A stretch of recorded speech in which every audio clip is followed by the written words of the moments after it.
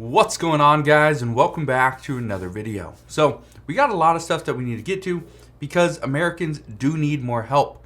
What we are hearing is that right now, with prices going up, with wages staying the same if not falling just a little bit, there's a lot of issues. We see a lot of people are not able to afford the things that they used to. I also want to address a new universal basic income program that will guarantee certain people $1,000 per month. But this isn't it. There's a lot of universal basic income programs out there that many cities are planning on passing. They're starting to, talk and discuss, hey, let's open these up. Okay, so we'll address some of that. We want to address the affordable housing issue and some CDC changes. That's what we're going to discuss in today's video. As always, if you could and you do enjoy these daily uploads, go ahead and hit that like button. But let's get right into it. What we know is food prices are going up. Gas prices, they've come down a little bit, but according to experts, they haven't come down to a level that's easily manageable. Gas prices are still nationally averaging about $4.10 a gallon.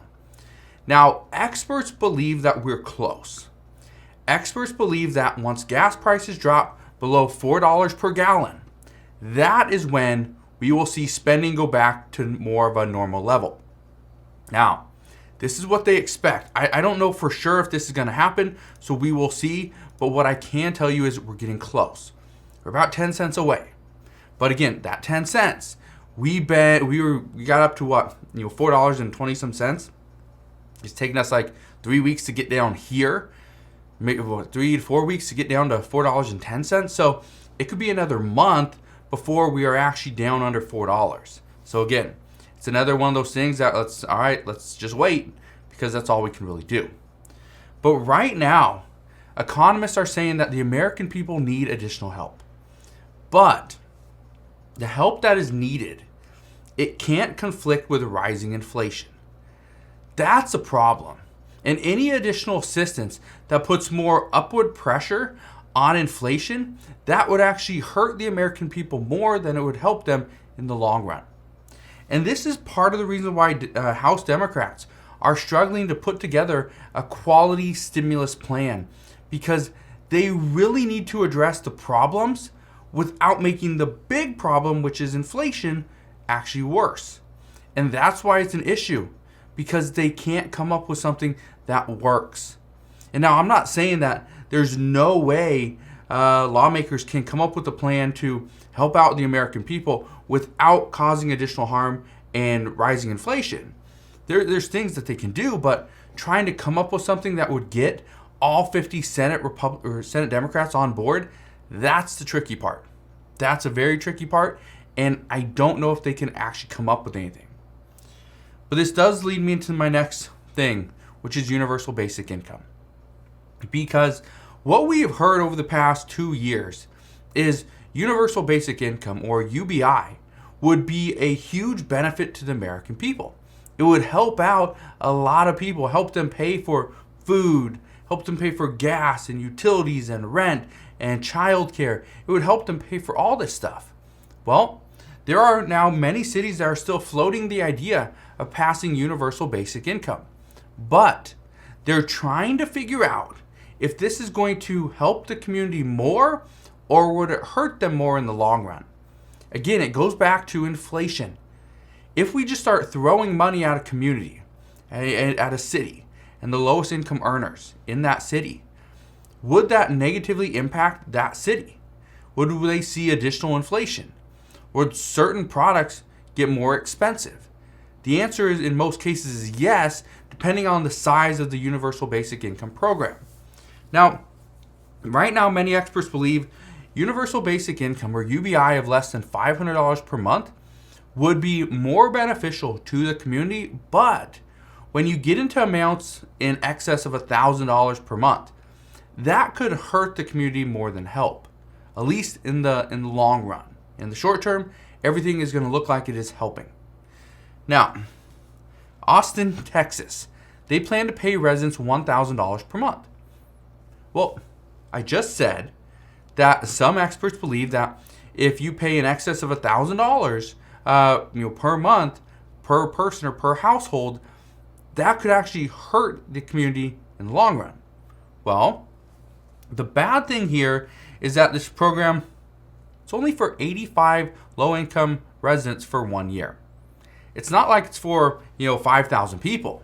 It's for 85 low-income residents. So the good thing is that it wouldn't provide too much money to the community that it would impact the community in any negative way. So that's the good news there. But again, the other bad news is it only helps out 85 people.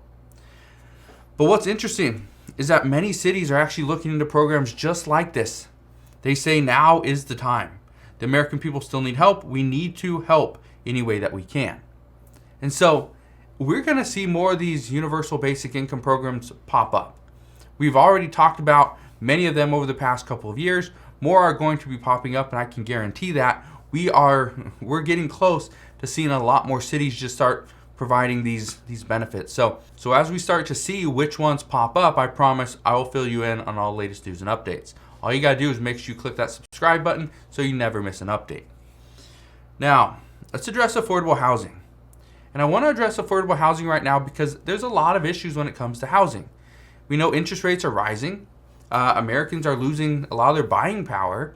We're seeing supply chain disruptions, and a lot of new homes, they can't actually be finished until they have doors, lights, flooring, and much more. But some are saying that there is good news on the horizon, because last month we saw that new U.S. housing starts rose to the fastest pace since 2006. Residential starts rose by 0.03% in March, which now puts us at an annualized start rate of 1.79 million. That's pretty good. Now, that is actually good news for new homes being built.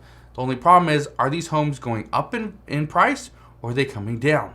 Well, that's also where some of the bad news starts, because home prices are expected to continue to rise in price. Now, you're probably thinking, well, if rates are going up, shouldn't home prices go down? Yes, they should. Here's the problem. People are still buying. People want to still buy a house, and they are worried that if they don't buy right now, when we are seeing our rates at 5%, well, they're not going to be able to afford it if it gets to 6%. So this is where it's coming down to, and again, it's troubling, because this is what's happening is we are seeing lenders telling their clients, okay, you're now at 4.95%, you're 4.75%, whatever it is, right? Okay, this is where we're at. If you wait too long, you do not lock in your rate, what could happen is it could continue to go up. And if you get to, let's say, 5.5%, you now no longer can afford that house. And so guess what people are doing? They're buying in at a rate that they do not want to even be in at, because they're worried that they would lose that house. Okay, it would go to somebody else, or go back on the market, or they just wouldn't be able to afford it. Right? So they're worried they're going to lose that house if they do not lock in their rate. So guess what's happening? These homes are still selling. Granted, at a slower rate, but they're still selling. And when homes still sell, guess what? It's going to keep pushing prices up. Houses have to sit. Houses have to sit if you want to see prices come down. But what's interesting about rates right now is that it's reducing people's buying power, which means a lot of new homeowners are going to buy their house, right? But then they could be using additional savings. They could be using additional money because they had to increase their price. They had to put more down, right? There's a lot of factors that go into this. And so that's the issue, is maybe they had to put more down because they had to bring their payment down to make sure that they weren't paying too much, right? That their monthly bills, their monthly debts, right, were not too high. They weren't at 50%. They're at 40%. And so that's one of the problems, is they could use up a lot of their savings, and if they're using up their savings, it could create issues elsewhere, because now the American people don't have as much in savings. So again, a lot of problems. But the interesting thing about a lot of this stuff is that the average home price is still running up as well. It's not coming down. The average home price is going up. Now, housing experts anticipate prices will continue to go up unless the Fed jumps in and hikes rates faster than they currently have. But they say the key is going to be how affordable is housing at that point. And one of the problems we could be facing is that housing prices will drop. Okay?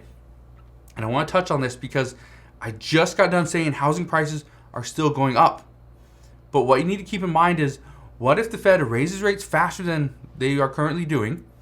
The problem is housing prices could drop. And that could cause buyers to wait even longer. And I want to explain why. Because here's what I can tell you. Based off of history, what happens is when the market starts to fall, some buyers will trickle in, a little bit here, a little bit there. Okay, they'll slowly trickle in and they'll start buying into the market. But others are going to wait out the market and hope that prices continue to fall. Big chunks, right? 5%, 5%, 5%, 5%. And they keep dropping so that they can get the perfect house for an incredible deal. If that happens, we could see the market go from a correction to a crash if people are just waiting it out.